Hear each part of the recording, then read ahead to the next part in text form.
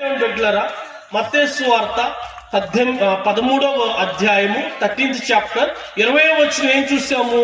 ఇతడు వేరు లేనందువల్ల కొంతకాలం నిలిచెను గాని మళ్ళీ శ్రమ శోధన వస్తే పడిపోయాడు. ఇతడు కొంతకాలమే నిలుస్తున్నాడు. ఇది ఒక బ్యాచ్. అయితే వీళ్ళు లోతైన ప్రార్థన జీవితం, లోతైన ఆత్మీయులు. వీళ్ళు ఎలా ఉన్నారంట? మొదటి యోహాను పత్రిక 2వ అధ్యాయము 17వ వచనంలో దేవుని చిత్తం చేయువారు నిరంతరము నిలిచేవారు. వీళ్ళు కొంతకాలం కాదు. మై క్వశ్చన్ ఈస్, నువ్వు పైన భక్తి చేస్తే, వేరు లేకపోతే, లోతుగా లేకపోతే కొంతకాలమే.